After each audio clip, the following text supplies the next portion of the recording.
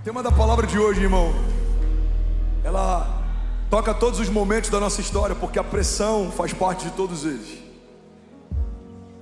Pressão para prosperar, pressão para crescer, pressão para avançar, pressão dos inimigos, mas também de pessoas que te amam.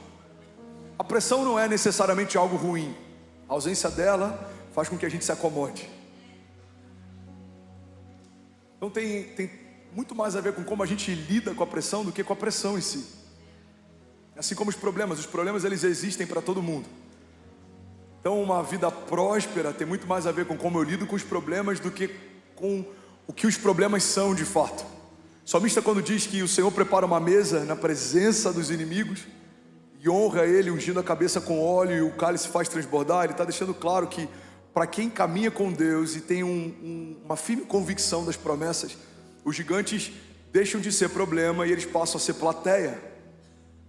Para outros, os gigantes foram o fim da história. Eles desistiram quando os gigantes se levantaram, eles sucumbiram quando os gigantes vieram. Então você percebe que é você quem define o que os seus gigantes serão, problema ou plateia.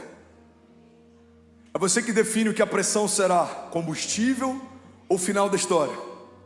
É você que define o que as promessas serão fábulas ou serão norte.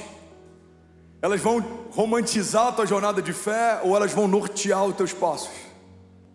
É você que define o que Deus é, o centro da construção da tua história, ou algo acessório que você utiliza quando precisa de ajuda.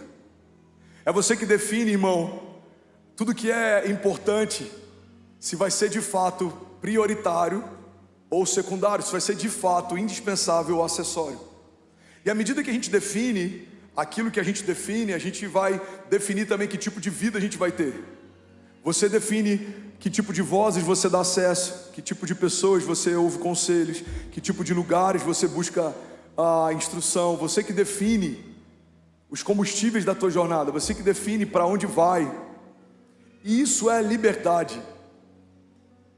É interessante porque, historicamente, quando os escravos foram libertos no Brasil, nesse período vergonhoso da nossa história em que pessoas eram compradas e vendidas, a história diz que muitos escravos pediram para voltar para os seus senhores porque não sabiam como lidar com a liberdade.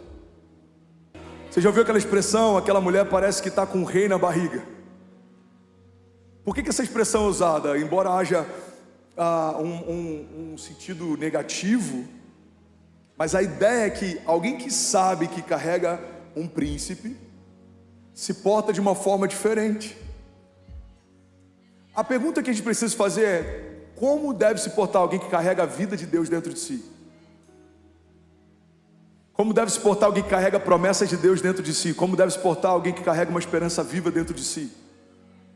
A gente não tem desculpas, irmão, para dizer que a gente parou por causa da pressão. Todos os discípulos enfrentaram pressão. Alguns foram decapitados, alguns foram crucificados de cabeça para baixo, inclusive, porque não queriam ser crucificados como o seu mestre foi.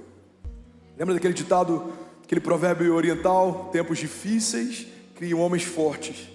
Homens fortes criam tempos fáceis. Tempos fáceis criam homens fracos. Por isso que muitos herdeiros perderam herança, porque eles foram ensinados a ser herdeiros, mas não foram ensinados a serem homens de governo. Então herdaram algo de alguém que governava, mas ninguém ensinou eles a governar. Então, irmão, a pressão, ela é importante. Cuidado com quem respeita demais os seus limites.